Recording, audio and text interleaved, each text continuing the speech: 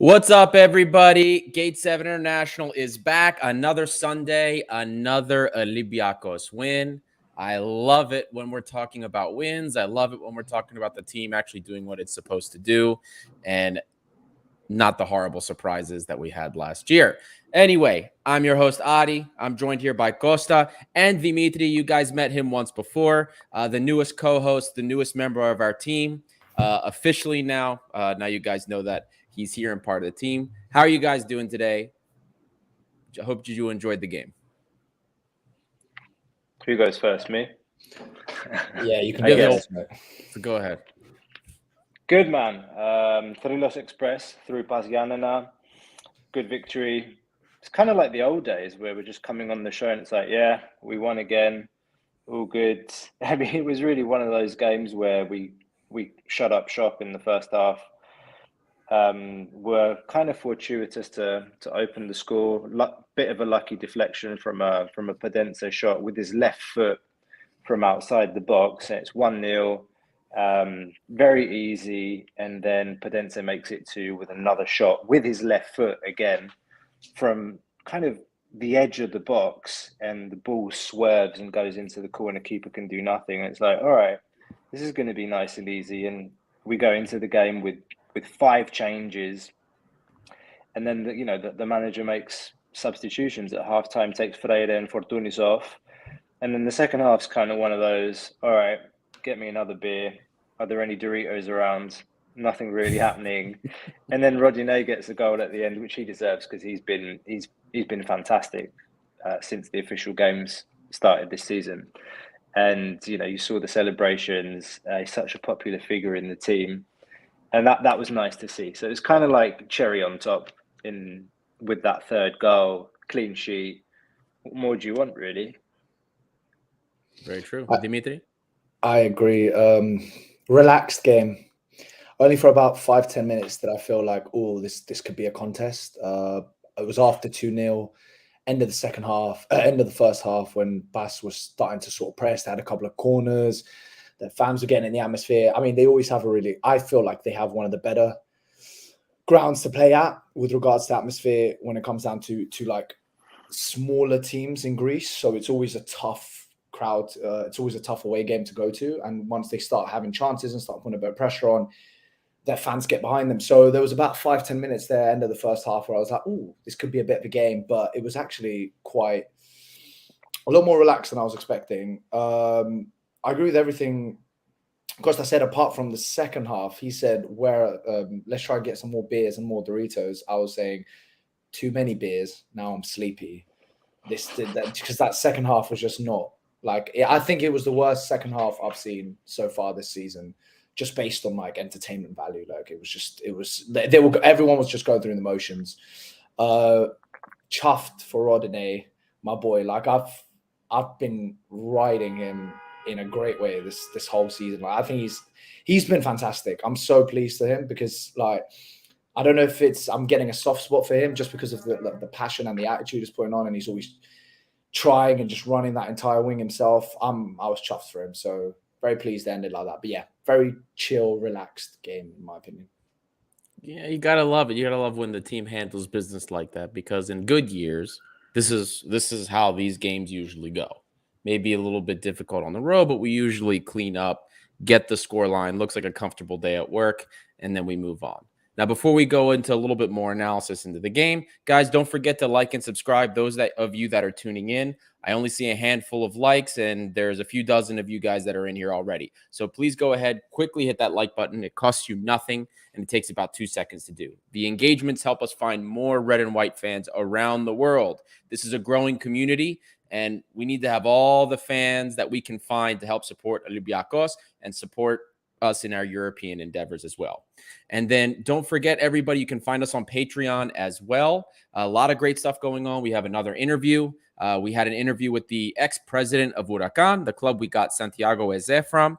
We have another interview coming up. We're also going to be getting an interview, if it's not next month, the following month, with the vice president of Iraklis. That's going to be a really fun interview. He's got a lot of fun stuff to tell us, too, about second division Greek football. So check that out. And as always, guys, don't forget, You can bet with us at betus.com.pa. Gate7INTL is the code. You can get a 125% deposit boost. So you can turn $100 into $225 to get started when you get your account set up. So check that out, and you can still bet with us. Bet cards are coming back. I just haven't had a lot of time to do them so far, but they will come back. Don't worry. And then before we continue with the post-match discussion, got to mention Olympiacos BC Super Cup. Oh, are you Oh, opening boy, that did it can feel of good. worms? You're gonna get me. I'm and opening Midfield that can of talking. worms. Are you kidding me? Do you, Go ahead. Do you want to go and get a beer and some Doritos, and Dimitri and I can talk about the game? I'm happy. I'm happy to just talk about the basketball at this point. Like, man, oh man, love great. starting the season off with some silverware. But it's not just silver, Adi. It's there's so much. There was so much going into like that honestly, game. it's just like like that 32-4 is just I'm sorry, you don't see that in professional basketball. Like, not in the derby as big as this. Like, it's so satisfactory. It's like, honestly, like it makes everything, like, it just makes sure not just your day, your week. Like, you're just happy. Like, that club deserves everything they get, and I hope we just keep on demolishing them by more and more points. Like, I want to break the 35-point margin, like the 72-38. Like, they have to. Like, it needs to be more and more. Listen, I'm with you there, especially after the off-season stuff. You know what I mean? That's what makes it so much sweeter. You know what I mean? The more tears I see on a certain individual's face, the happier I'll be. You know what I mean? For the rest of the season. I got to catch part of the game yesterday while I was at the Greek festival here, and it was fantastic. I enjoyed every second of it. I don't even understand basketball that much. Costa will tell you, I just started following like the last year and a half or so. I enjoyed Great time to choose, mate. Great time. Oh, yeah. Oh, yeah. Do you know what? Like, I was a little bit nervous about the game, in a sense that, like, okay, we didn't really have a preseason, like a proper preseason, and you know, they did, like, on paper they made good signings, but like, so to be clear, I went to the cinema with my wife last night. I didn't watch the game. So maybe it's like an on purpose thing. Sometimes I'm one of those Greeks when it's like, do you know what? I'm not going to watch the game because I don't. It's like, you know, I'm just going to go and do my thing, and then we'll see what happens. So I went and I watched The Equalizer 3. Fantastic movie, by the way. If you're looking for an entertaining night out, like, go and watch that. Denzel Washington at his best. Anyway, so film ends, and then I'm like, okay, where's my phone? I want to see the score. And, you know, the headlines like Olympiacos thrashed Panathinaikos 75-51 or whatever the score is. I'm just like, yes, perfect. And then I look at the Tottenham score as well. Sorry, Dimitri, I know you're a Liverpool fan. And I'm like, great, you know, 3 out of 3. Good movie, basketball, Spurs win. Olympiacos are playing tomorrow. This weekend can't get any better. Don't you mean 4 out of 4? Happy wife as well. That's the most important. Yeah, but of course that's given. But she's not listening. Anyway, Ari, you know that's not true. Yeah. I mean, for me, it was exactly the same. I didn't watch the game, unfortunately. I was playing in a game. It was the semi-final of our local league here in New York playoffs, and we lost by like 4 points. So I was fuming, but coming out of that and seeing how badly we destroyed them, it was just brilliant, especially because Costa's right. Like, they made some really, really good signings, and we lost our best player. And I'm not talking about Slukas because he's not. He was he's walk-up sub. I'm talking about Vezenkov. I'm talking about Shasha, who was he's the best player in Europe last season, and arguably maybe the season before as well. So going from losing your best player and not really replacing him, because don't get me wrong, Sigma's a good player, but he's not. Like, that 4 position is like, there's a huge downgrade there. Neither Peters nor Sigma are anywhere near close to how good Vezenkov is. So going from that to still absolutely destroying Panathinaikos is just lovely. And I think that the chemistry is there. Like, we're going to see very good things this season. Hopefully, like, having jinxed it, and hopefully they don't let their foot off the gas just because the first game went so well. And we absolutely dick on them on Friday as well, and then do amazing throughout the whole season. I have high hopes. I've got every faith. Much more faith in the basketball team than the football team. 100%. But mate, like it was. I watched the game on replay when I got home. It was men against boys. Yeah. It was just like, okay. You mentioned Sigma, and Sigma just he trains with the team. We've played 2 friendlies. He doesn't know the motions. He looks kind of lost out on the court. Got blocked a couple of times. Some bad choices on offense, but he pulled down 9 rebounds, got 2 assists, like 4 points. Like okay, he's just getting into it, and then for the rest, it's a well-oiled machine. And do you know what? Like, yes, we lost the MVP, but last season we lost Bridges. The season before that, we lost Spanulis. And I was listening to an interview. Shaq McKissick. Whenever he's interviewed, he makes big statements. He's just like, "Oh, we're going to win the EuroLeague," and he said it again. It's like, we're going to get. That's the goal. It's like we want to go and win it. And you see that kind of winner's mentality throughout the whole team. And he said also, like, coach is a genius. So I am kind of, we did lose Vezenkov, but I've been saying it all summer. Like, people have been bitching, like we haven't signed a clutch player, and I think it's gonna be an issue in tight games. Like, okay, we've got the ball last possession. Who's the ball going to? I still don't know, but I have faith that like coach is on it. Do you know what I mean?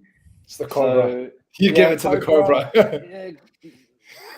Whatever, man. It's like at this point, watching us play, I'm just like, you know what? Like, I don't know how many games are going to go down to the wire because we look so good. But it's early days.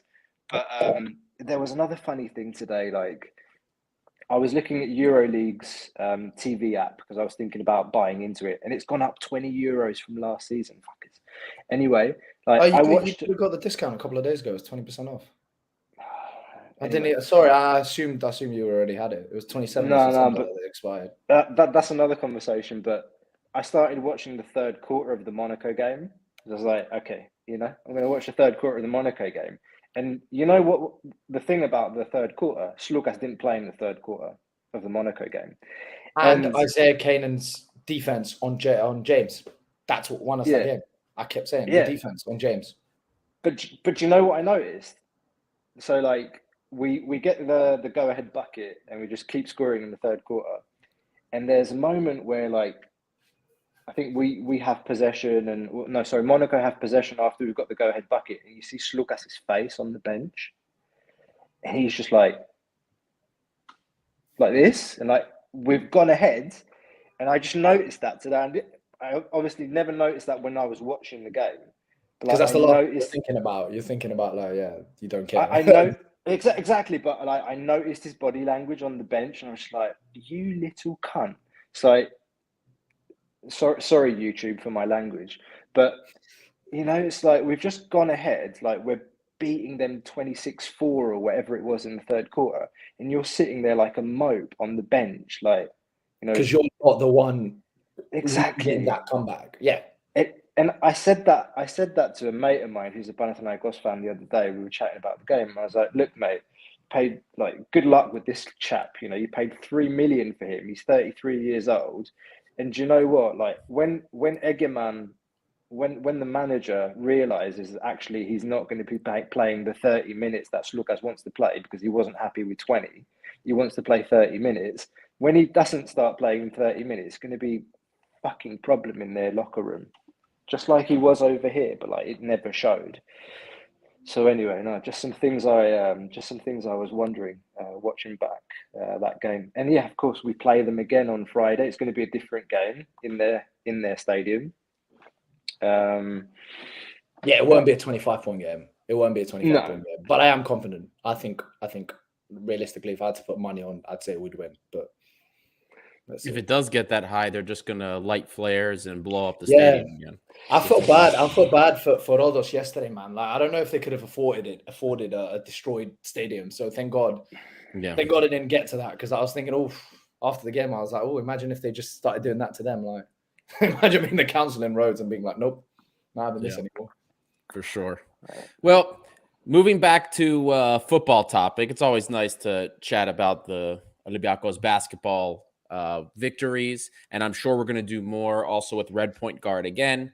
We had a couple episodes with them. They were fantastic. So we'll continue to follow the basketball team and do more with them this season as well. But moving back to the game against Giannina, we briefly, when we did like our hellos and our greetings for everybody, you guys talked about the game, your thoughts on the game, your feelings on the game today. And the match was delayed to start. I didn't catch any of what happened at all for the delayed start, so I have no idea what caused that. But moving on past that, not super important. The Podense magic continues.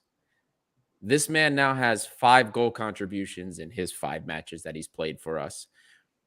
Has just hit the ground running since coming back, and he looks great. And we still don't see the best out of him yet. There's still more we can see out of this player, but he's come back, hit the ground running, given us something on the wing that we've been missing. A lot of people already pulling out their man of the matches. The poll is up, so vote if you've seen the poll. From Hussein, man of the match is Podense. Obviously, I want to point out also the opponent goalkeeper's performance. Every time we scored, I thought it was a reflection from a player. And a question here from Aris Galamatis. Back to football. Why and how did Podense leave the Premier League? This was a little bit more discontent with the current coach because he was playing for them up until who's their coach now? Lopetegui? No, it's a British guy now. Lopetegui's gone. I can't That's right. remember. Lopetegui's gone. It's the guy who used to be at Bournemouth last year, O'Neill. Yeah, bravo. There you go. Yeah. I kept wanting to say Dyke. Bournemouth went down, and yeah, and they went to Wolves. Yeah, and he was out of the plans there. I don't know what happened, but he was practicing Bournemouth with didn't go down. Sorry.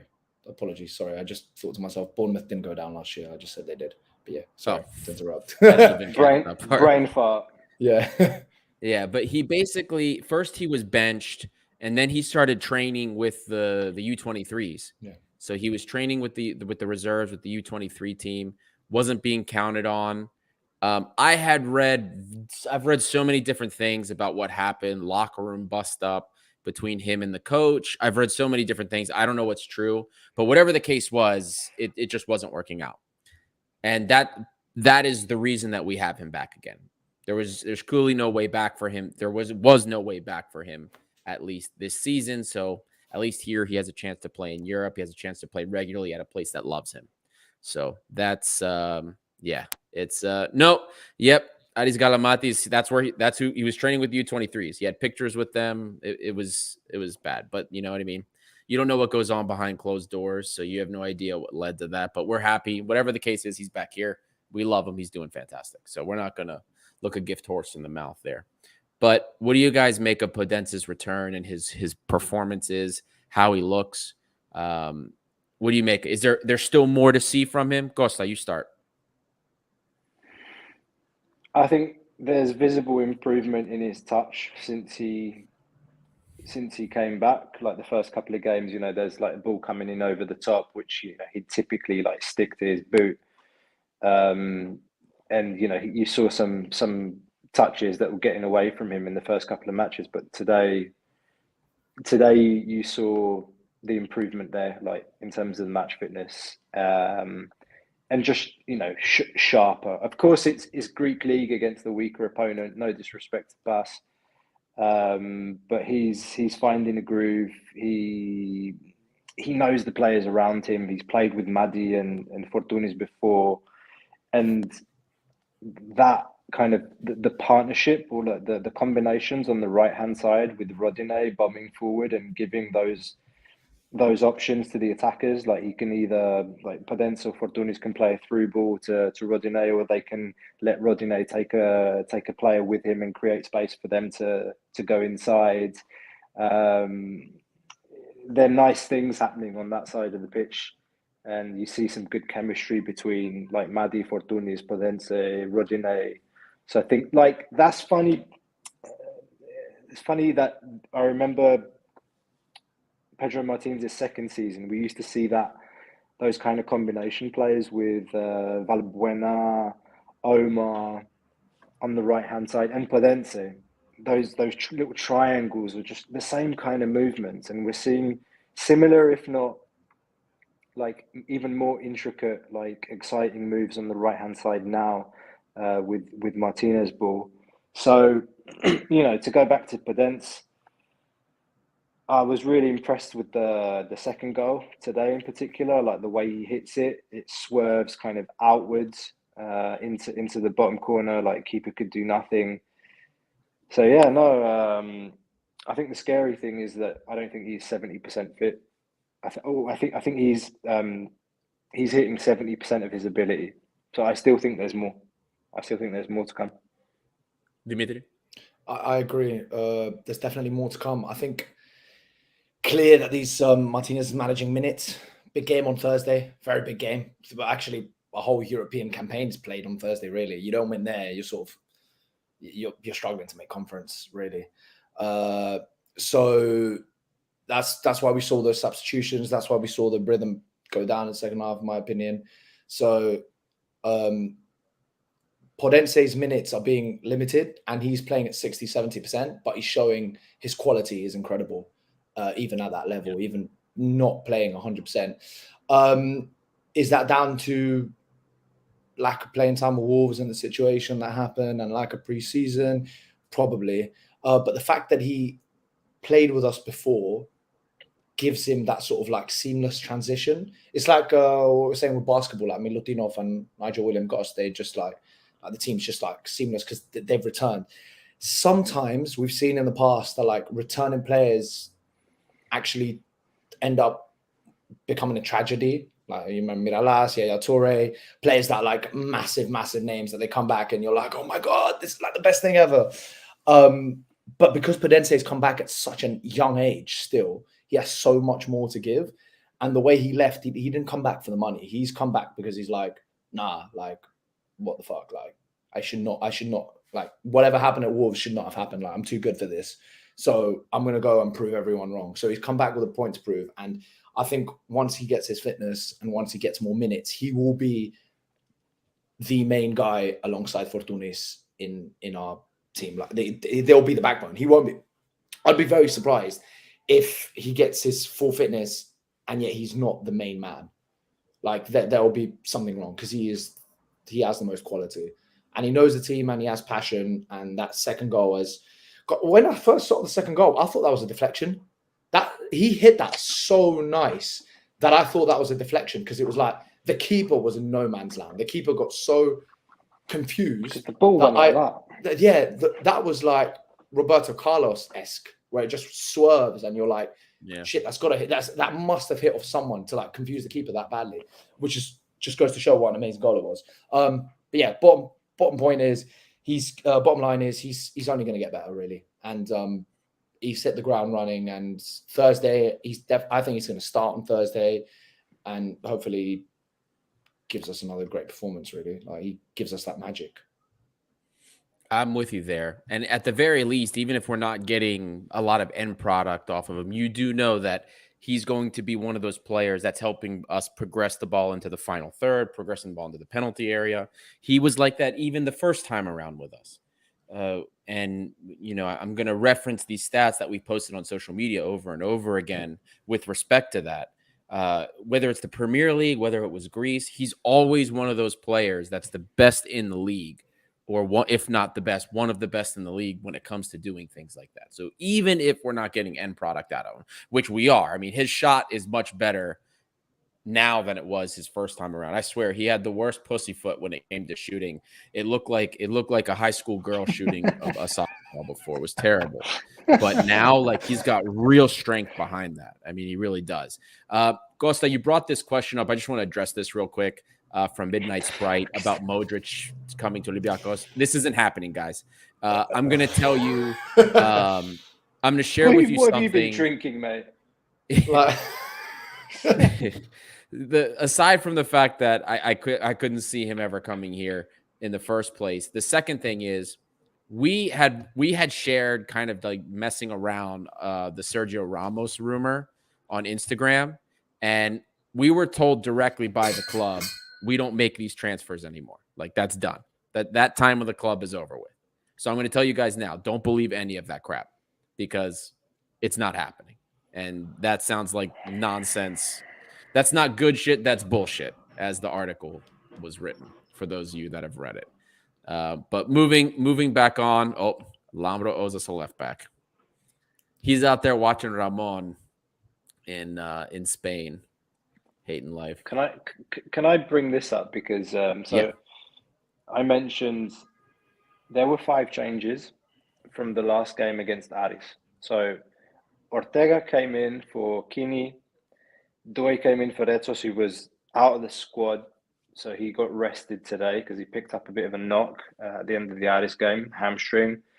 Alexandropoulos came in for Hesse, who didn't follow the team to Giannina either.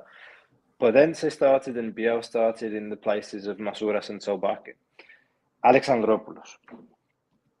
Ari and I talked a little bit about him last weekend because we were like not really talking about him much, and we were saying potential there, still a lot of room for improvement.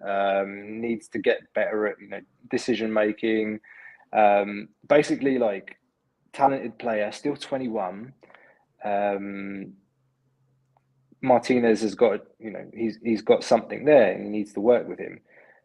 What did you think of him today, Dimitri? Like a diamond in the rough sort of thing, where like you see the potential, what you were saying, and just needs to like sort of cultivate it, and just if he can end up being a very influential player for us in that middle of the park, like Madi Camara sort of player, like hold that midfield by himself in a way. He just needs to fine-tune certain things and get there.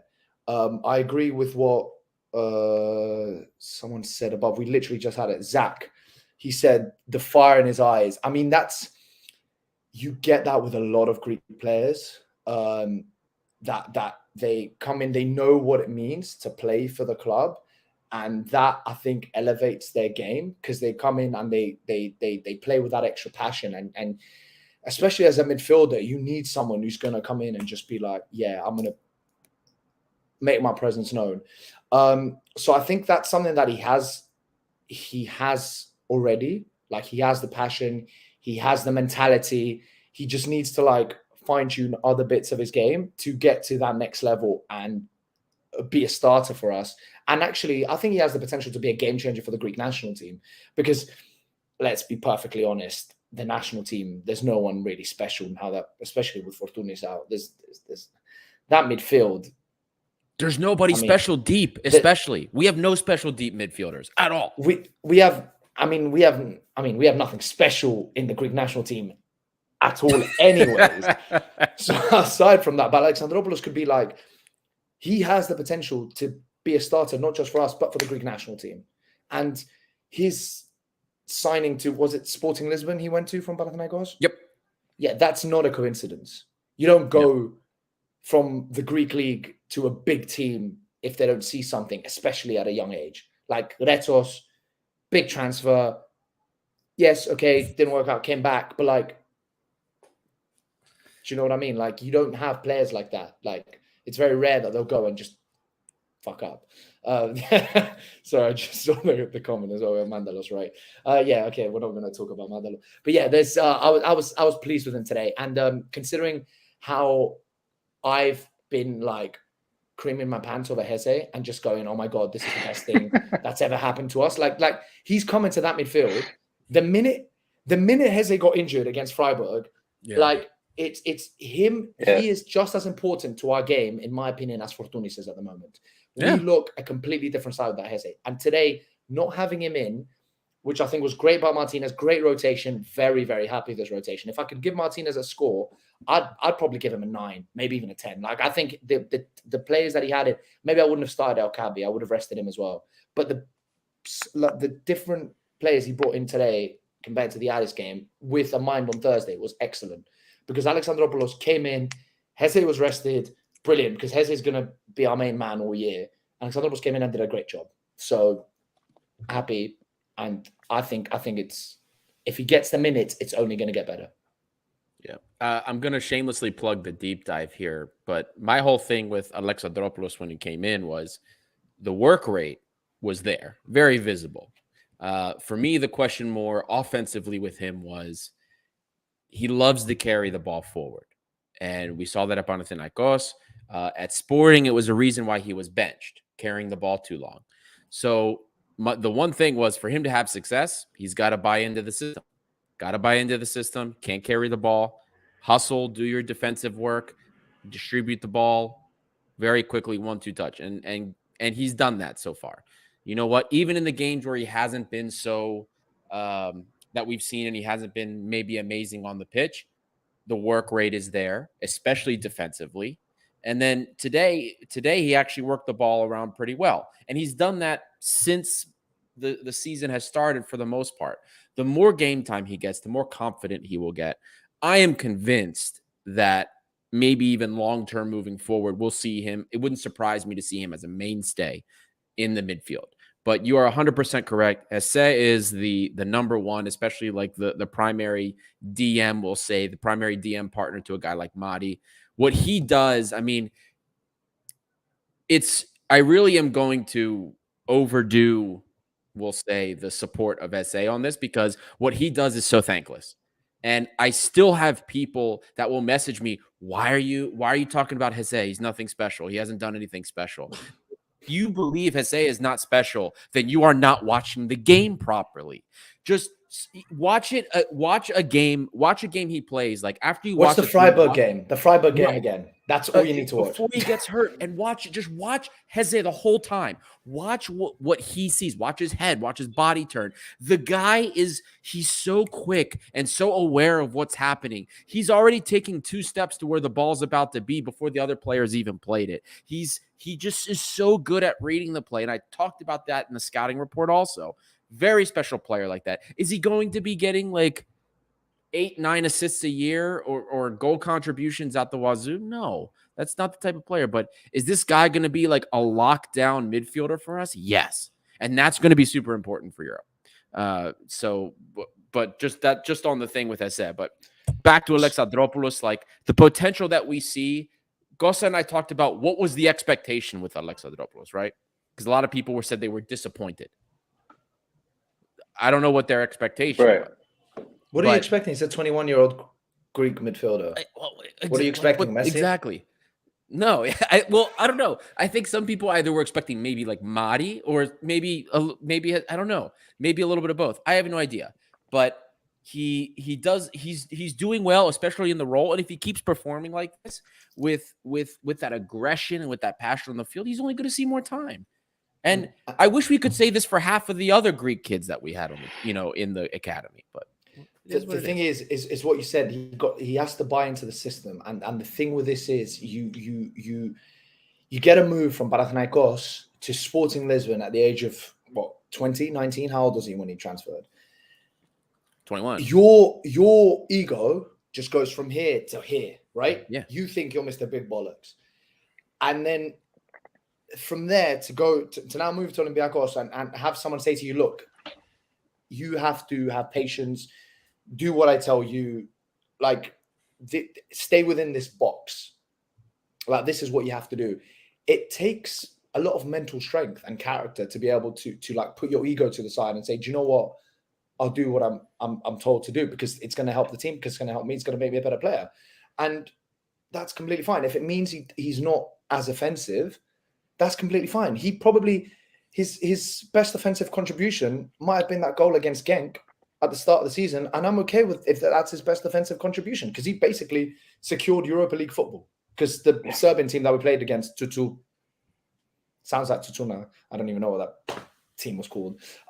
Like once we beat Genk, it was pretty much guaranteed. The Serbian team won a team. They were a coffee shop. Do you know what I mean? So he's basically given us Europa League football. If that's the most he's going to give us offensively, I'm okay with that. If he does everything that Martinez wants him to do for the team as a whole, defensively and like in the middle of the park, then great. But let's give this some kind love. of game. He was perfect, man. Oh yeah, for this kind of game, he was perfect. We talked about him kind of losing the ball easily when he comes back between the defenders to start the play from the back.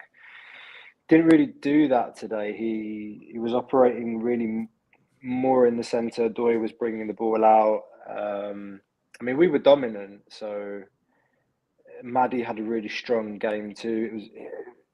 It was for him. It was men against boys. Like in midfield, he was just miles better than everybody around him. It was so visible that everyone else was just out of their depth around Camara.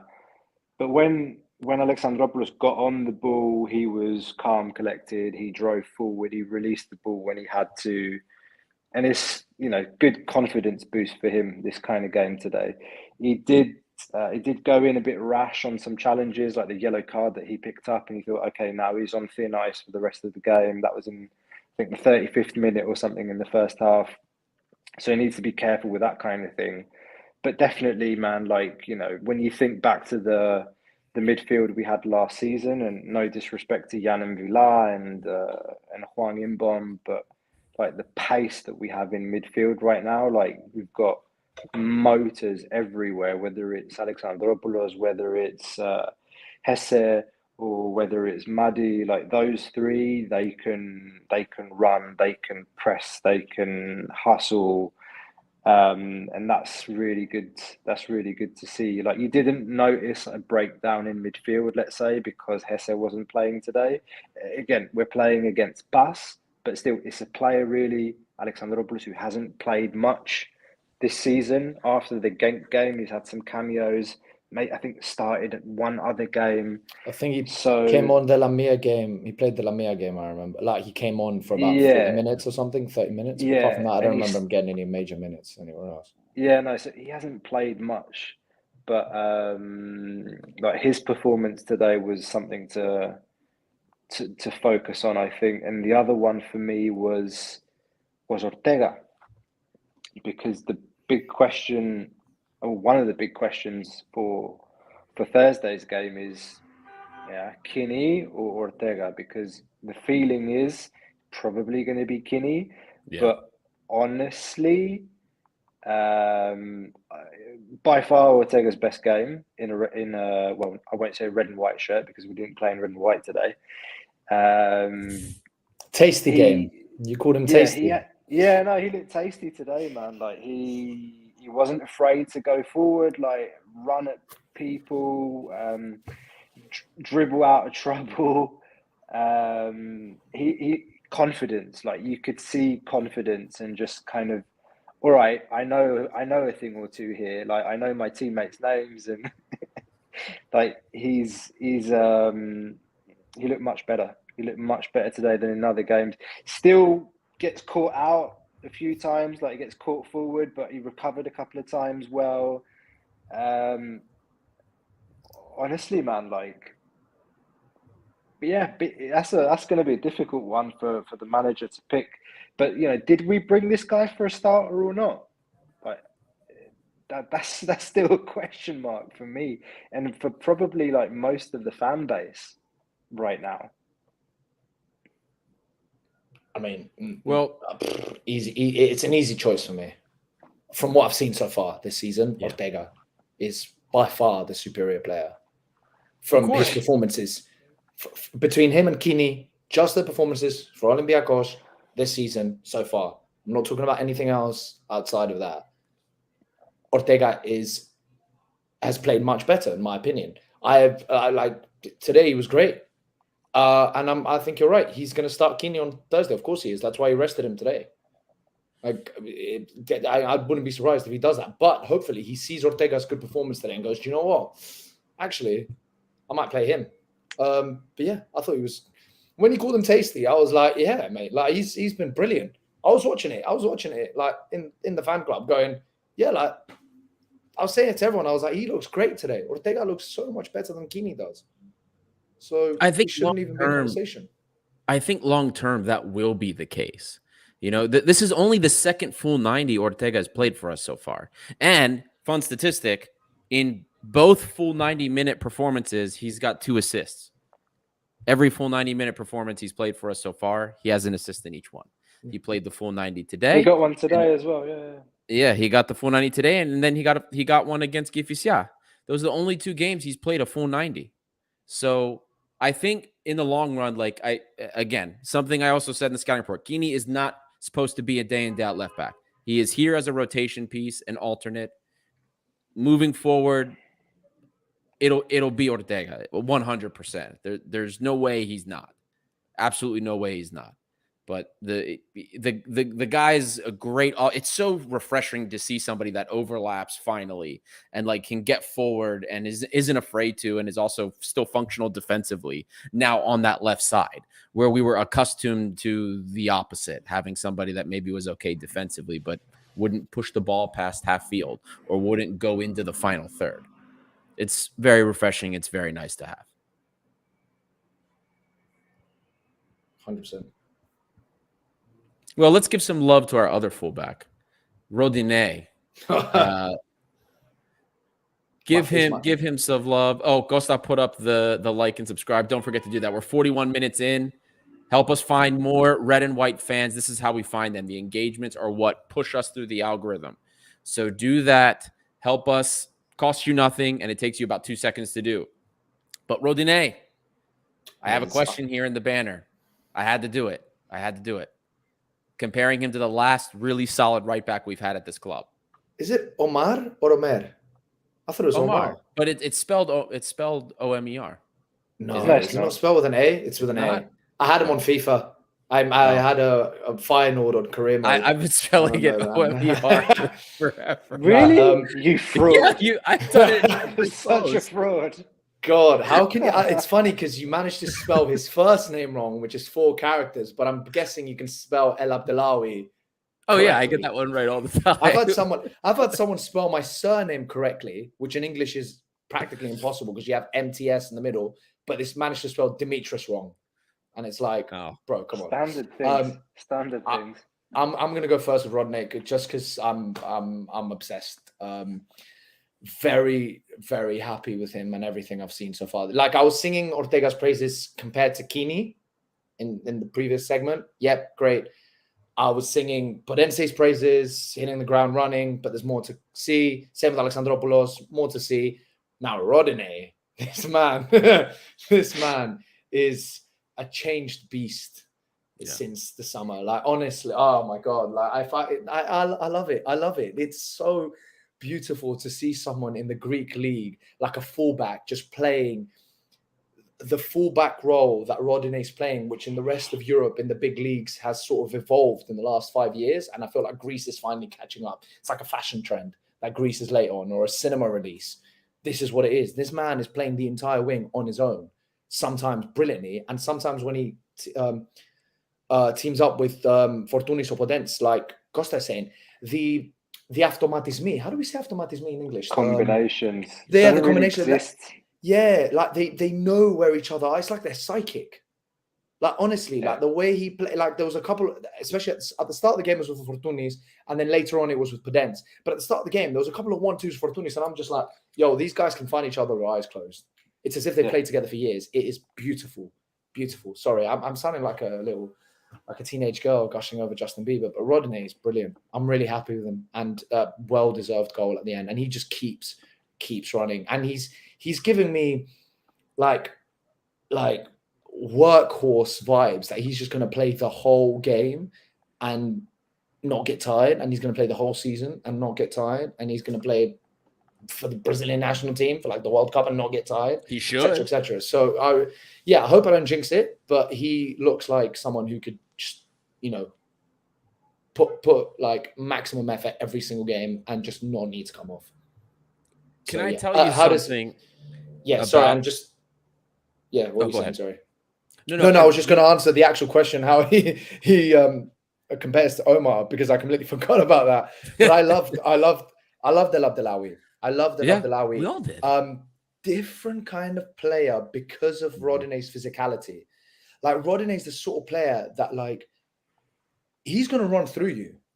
Like he will straight up body you if you're in his way. Like he has that physique, where El Abdelawi was a little bit like smaller and like silkier and like more like, like more like a midfielder kind of right back, where he's like smaller position, silky, and Rodinei's like boom, Like, I'm just He going to got keep pretty running. tonk, man. He got pretty tonk like the last. But couple not the of same years. as Rodinei. Like Rodinei is like the sort of I could see him like just playing on the wing and rugby as well. Like he's got a stack body where he's like Yeah. strong, fast, like just that athleticism. So I think he offers a different sort of game to Abdellaoui. But the way they both handle the entire wing on their own is very, very, very relatable and amazing to have again.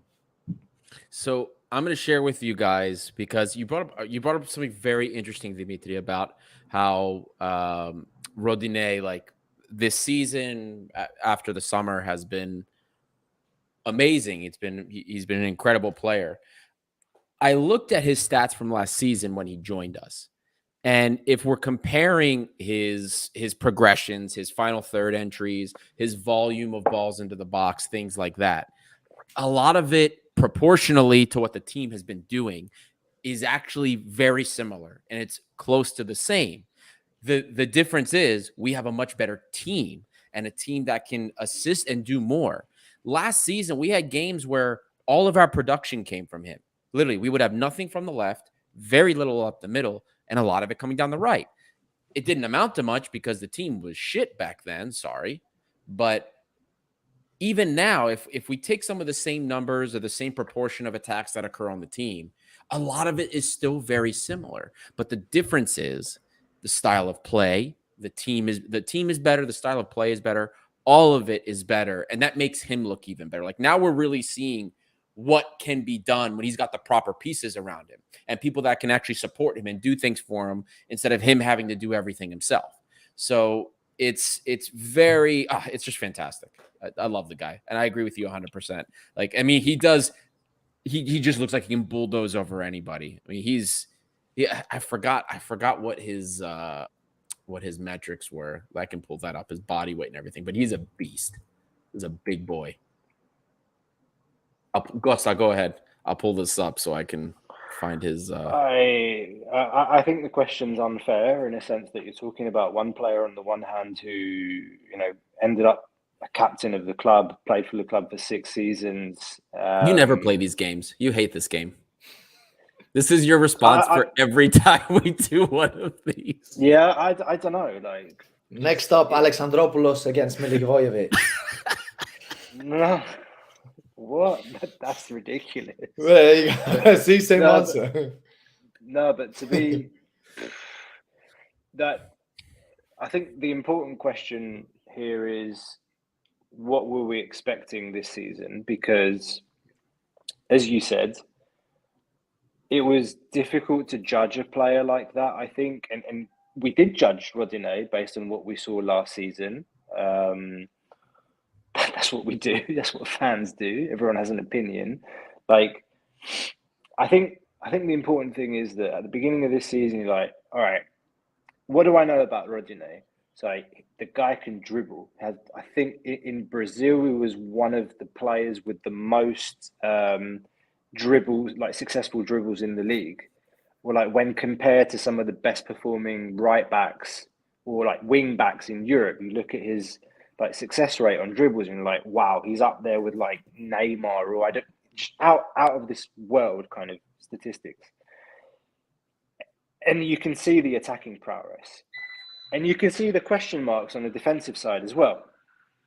So you're like, all right, pre-season, official games, real coach, what are we going to get from this guy? And so far, he hasn't disappointed. Like, exactly the opposite. It's been brilliant. To be honest, like, from pre-season and everything since the summer up until now, the only time I think I watched him and I thought, oh God, like he's a liability at the back was against Rangers.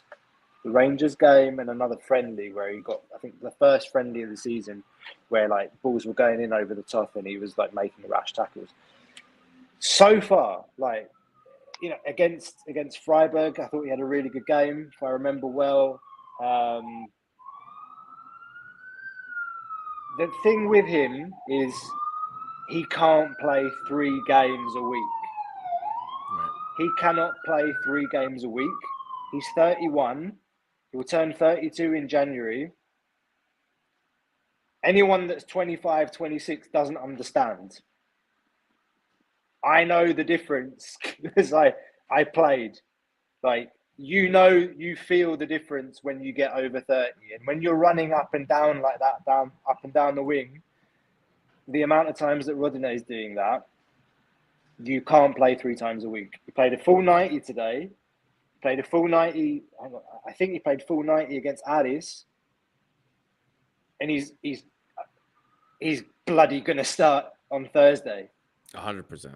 And then there's a break. Which is good. But this is the crucial thing with him this season is going to be how you manage his time and how you get the energy from him. Because it's the energy that he brings that lifts the whole team down that right-hand side. And that's for me is the big question. Vrusai was on the bench today, didn't come on. There are rumours of a disagreement with the manager. And Rutsos, you noticed, is always in the B team. Yeah. Some rumours going around there. Who's going to replace him at right back? Kini? Biancon? That's going to be the issue there. Manage him properly and we'll get the best out of him this season. Great player. I love his energy. How does he stack up against Omar?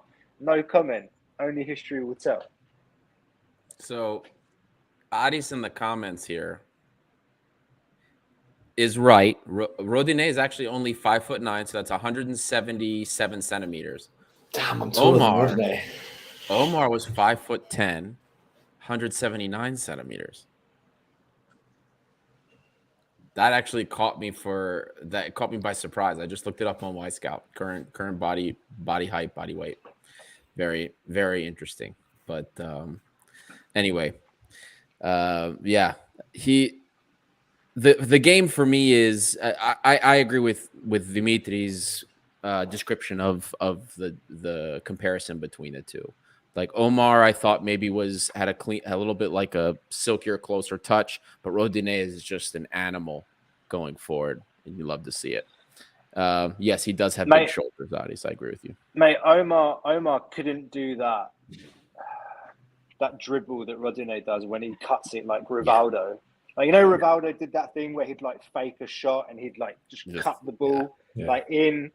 Like Rodinei does that with his right foot where he snaps the ball and he goes inside and it's just gone. Omar couldn't do that. No, he couldn't do that. He couldn't do that, mate. Like he could bomb up and down the pitch. Yeah. But that close dribble, miles ahead. Yeah. He's Brazilian, for God's sake. Yeah, he did. Rodinei was the one that said Fortuny could be Brazilian, right? In that quote. Yeah. Just made me think of that. Random, but anyway, love the guy. And this is his first goal for the club that he had today, right? Yeah. Well, he celebrated as if it was, yeah.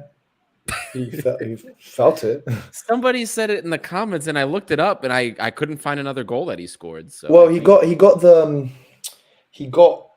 one of the goals against Lamia, I think the third one. He basically crossed it, and then it was an own goal.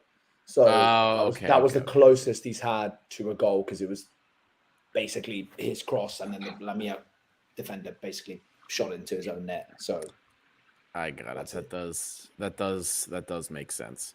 Well, boys, before we get to the man of the match and the coach's grade here, there's been quite a few comments about a certain player. And I think it's worth a small discussion at least before we go ahead and close up. And that is with a certain Spaniard on the team, Pep Biel. So what do we do with Pep Biel? Now, the transfer window is over. A lot of people are unhappy with him today, despite the fact that he had an assist.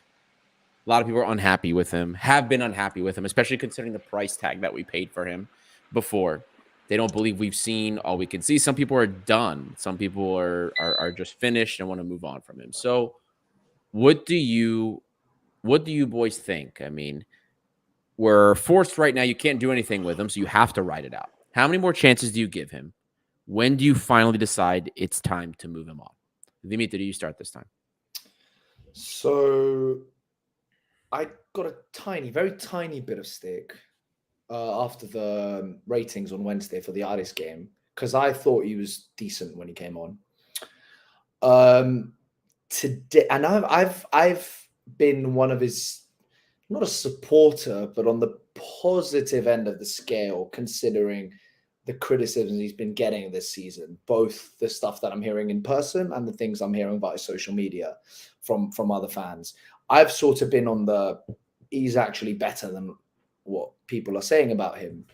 However, today I was disappointed, but when I say disappointed, I was only so I was happy with the fact that he was getting involved and he was getting a lot of the ball and he was getting in the right positions. I was disappointed with the end product. Yeah. So it was giving me, you're doing everything, like not everything right, but you're doing the main things right and it's looking good. But then because the end product was letting him down today, I think that made him look worse because he was getting the ball more, especially in the second half when Fortounis came off. He was getting the ball a lot more than he tends to get it. Like I feel like I haven't seen the stats on SofaScore, but I have a feeling that second half, he must have had the most touches that he's had in a half so far for us this season, especially because Fortounis was off. So most of the offensive plays were running through him because he felt like he had more responsibility. But he'd get the ball, and I remember there was probably 3 or 4 attacks in succession where he just got the ball. Either his pass didn't go through, his shot didn't go through, or he got tackled on a dribble. Sometimes he got fouled.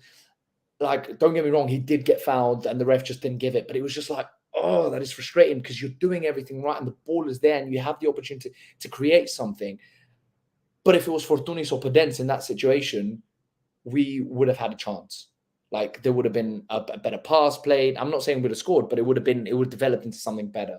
So that's what I was disappointed with today because he had the opportunity to prove most of the fans wrong and prove my hopes right and being like, look, he's doing this. So I was disappointed with him today. What can we do? We paid a lot of money. The transfer window's over. There's potential there. He has it. He just like you can't do anything. I wouldn't freeze him out. Like I keep playing him, keep hoping for the best. Currently, our front three of the three players behind the striker, it's sort of set who they should be. So it's Podense, Fortounis, and Masouras, in my opinion. So it's not like Biel's going to be starting every single game and we're going to be like, oh my God, we've just wasted 60 minutes because Biel's been playing. He'll be coming on as a sub. That's what I think is going to happen. And that's what I would do personally. So yeah, you just keep him. And then he'll give you something. Like he's got the quality. Eventually, he's going to pay off. So that's what I think is going to happen, and that's what I hope is going to happen. Yeah, hope and then think. Yeah. Now, Costa, since you didn't want to get involved in the Omar Rodinei question.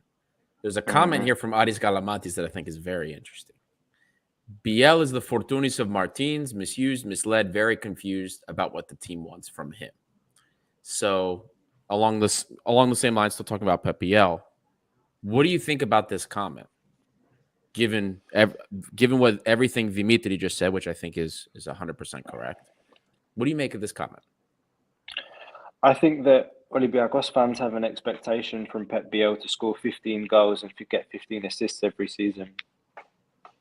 That's what I think the expectation is. Maybe that expectation is wrong, or maybe people need to manage their expectations because I think he does a lot on the field, and there's truth in that comment from Addis. I think somebody else brought it up as well. It's like, what do we want from him?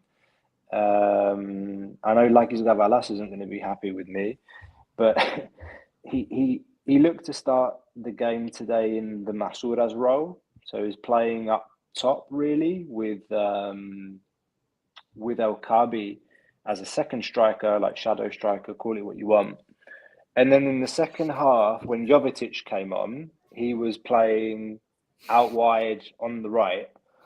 So like that's the double-edged sword. Like when you're a versatile player, when you're a versatile player, you're not going to be that constant kind of goal threat. But hang on a minute, because let me bring some context into today's game. So Pep Biel played 84 minutes. He had 56 touches today, an assist, 4 key passes, 1 shot on target, 2 off target, 6 out of 9 ground duels won, 1 aerial out of 1. He won, lost possession 15 times, 2 tackles. I mean, is that a bad game? On paper, it's pretty good. It looks pretty good. I really think people are just frustrated because he's not finding the net, and I get it. Like, he frustrates me as well because I'm like, oh mate, finish it. Like some of the opportunities today, like Maddie put a great ball in over the top on a diagonal run that he made, and the ball just kind of it came over the top. It's a difficult finish when the ball comes over the top. You're following it, and he volleys it with his left, and you're like, it went over the bar. It's one of those things where it's like, if you're a coach and you're winning your games and those misses aren't costing you, you're like, he's getting in the right positions. Then you're like, at some point it's going to happen, because if you lose faith and you say, I'm going to bench you or I'm not going to give you minutes, then what happens to his confidence? Even more.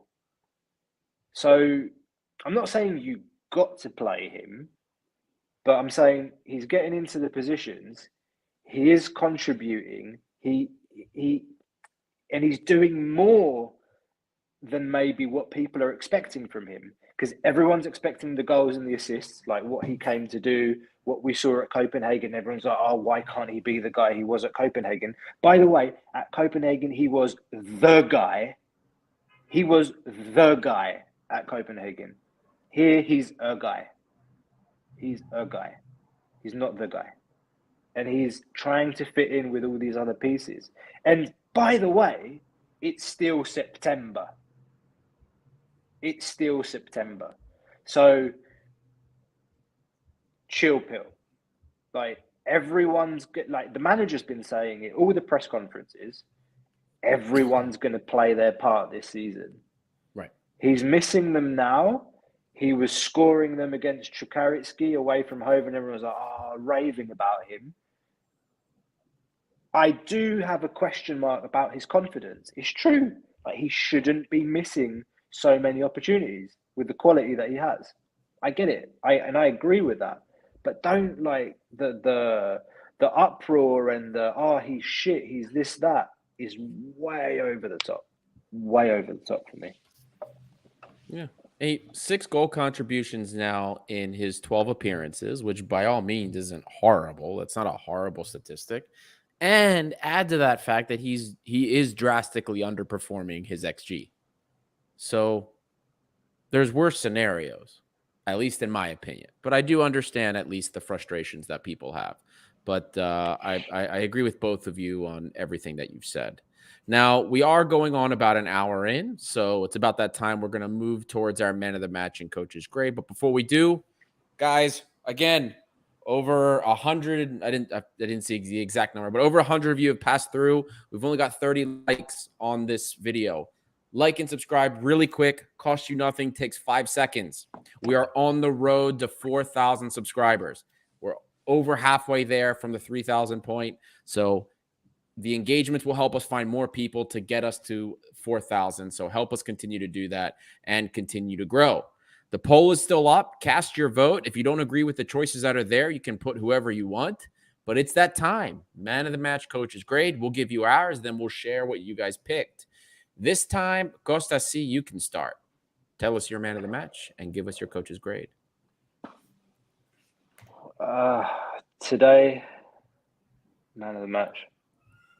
Am I just going to be one of those guys like Podense, man of the match?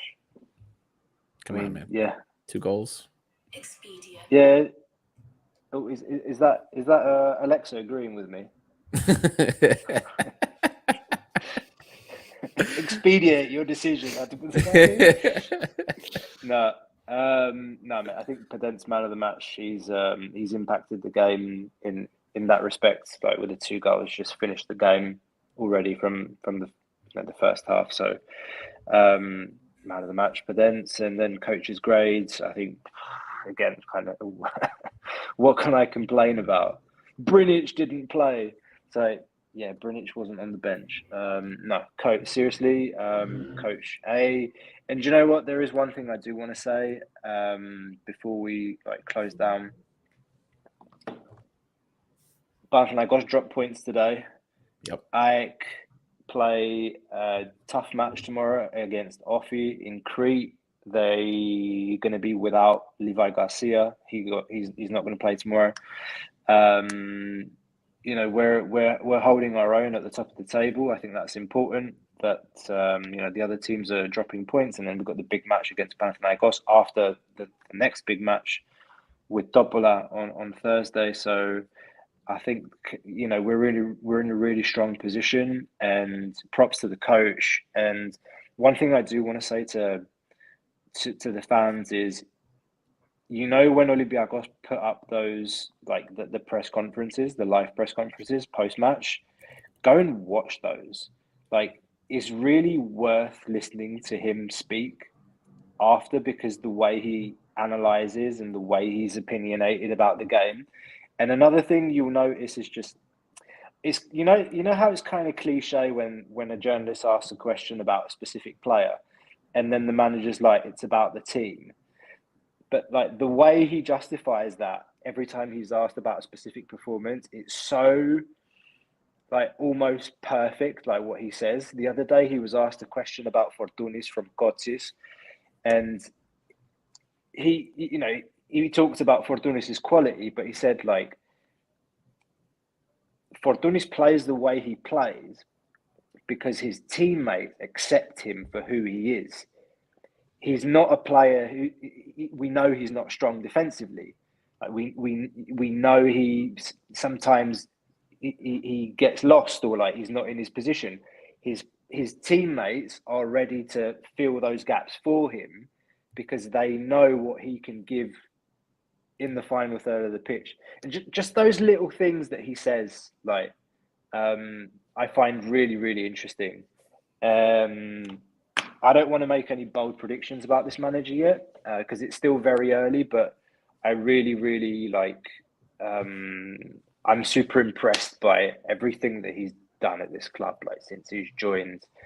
And it's easy to say because I do think we've had a favourable programme schedule, playing so many home games. We needed that. But yeah, no, just shout out to him. And guys, yeah, if you're really interested on the footballing side of things, do go ahead and listen to his press conferences. They're really, really good. Dimitri, what do you got, buddy?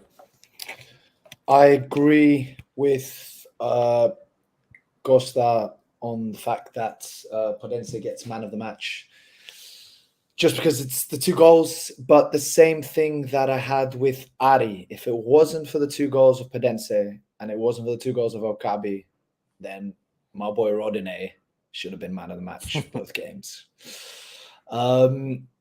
Just because of all the points we explained above. But however, Podense's 2 goals, quick succession, basically put the game to bed and allowed Martinez to make those extra subs that he needed at the half. Basically, the Podense's man of the match performance allowed Martinez to go from an A to an A+ with his grade, because his team sheet selection was excellent, in my opinion. And then the subs he made at halftime were pretty much excellent again. And then the subs he just continue making. Their rotation was great. And maybe the only thing I'd do is I wouldn't have started El Kabi, just because I think he's started every single game this season. He came off at halftime. Great. Yeah. No, he didn't actually. No, he didn't. He played 4-4-2, played El Kabi and Jovetic together. Yeah, that's right. Oh, okay. Yeah. So maybe he doesn't get A+. He drops an A. I would have rested El Kabi. We didn't need El Kabi to win this game, in my opinion. So yeah, maybe that's what I would have done. But I'm pleased with the overall rotation of the team, and because I'm a fan who cares more about Europe than I do about Greek games because we've won 44 league titles. 47. 47. Yeah, it's got to the point that in the 27 years I've been on this planet, I think we've won 23 out of them. Do you know what I mean? So I want to see a good European season. I want us to go far. I really want us to push.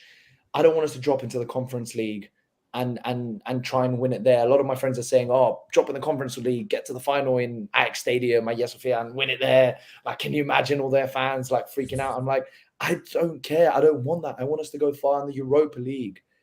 Like, that's what I want. So the rotations today should be no excuses for Thursday. Everyone should be rested. Everyone should be ready to play on Thursday, and they should just go at them and just like attack them straight from the off. Just go at their throats straight up.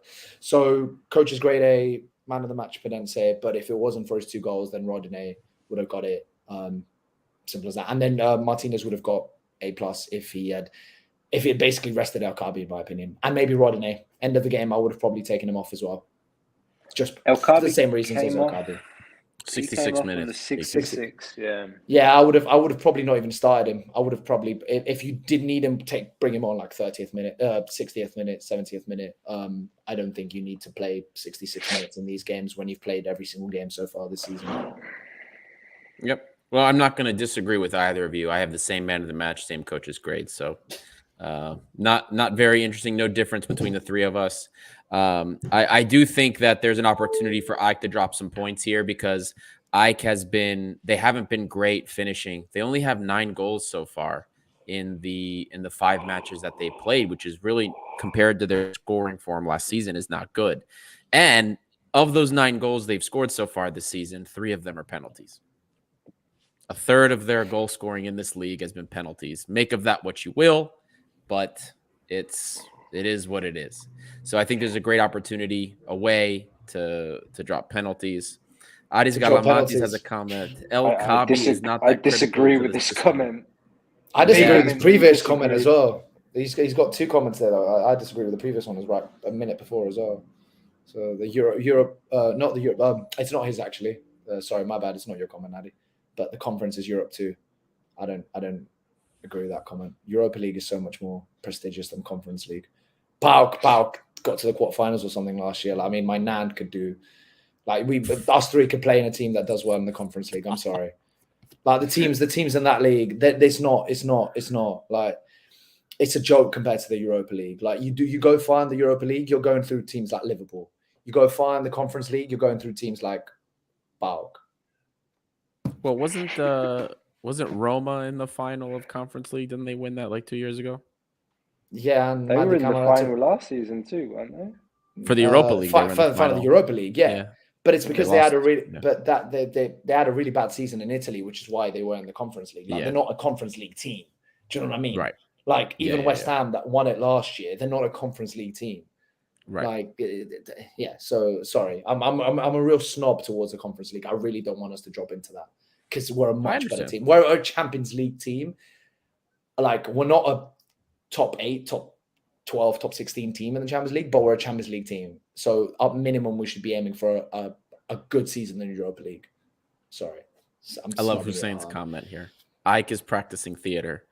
That the bit with Madalo, oh my God, that's going to be forever embedded in my mind. But the Costa had it perfect. He redid it perfect. But so you guys heard our man of the match, our coach's grade. Now the fan vote for man of the match, 53% of you voted for Podense as the man of the match. So you guys agreed with us. Rodinei was runner up with 34%. Ortega got 9%. BL with a solid 3%. So there you guys have it. Man of the match, coach's grade for everybody. I guess that means Podense is getting another graphic for man of the match. So unless you guys have anything else, I think it's about that time we wrap this bad boy up. Bedtime it is. Excited for Thursday. Excited for Thursday. Huge. I mean, we have to get a result here against Topolov. We have to win any hope. We have to win. It's not Have just to a result. win. We have to win. We can't settle for a draw. We have to win. Exactly. It's the last So, game before the election for the international break. for us. Then we don't play again until the 22nd. Yeah, we have elections and an international break, so we got 2 weeks. Yep. Off. So there's no excuse. Don't rest anyone. Go at it. Go at it 100%. Put your best team out there. There's no point in resting anyone. They're off for like 2 weeks after that. Rentos is expected to play, I thought. Yeah. Yeah, it's a knock. It's just a knock. Yeah. I hope so. It looked like a twitch in the hamstring on the weekend. On the weekend, midweek against Addis. Right. Hopefully it's nothing. I think that's why he didn't play today, just to rest him and make sure he's fit for Thursday. Yeah, but he should be. You should be playing. So, Fingers anyway. crossed. Well, thank you everybody for listening, especially if you've made it this far. This is Gate 7 International, by the fans, for the fans. Big game coming up on Thursday, and then international break. So there won't be a lot of Olympiacos stuff to talk about for a couple of weeks. But we'll flood you with stats, everything that we've got. So we look forward to seeing you guys. We're going to do our best to try for post-match after the game on Thursday. So until then, boys and girls, we'll see you.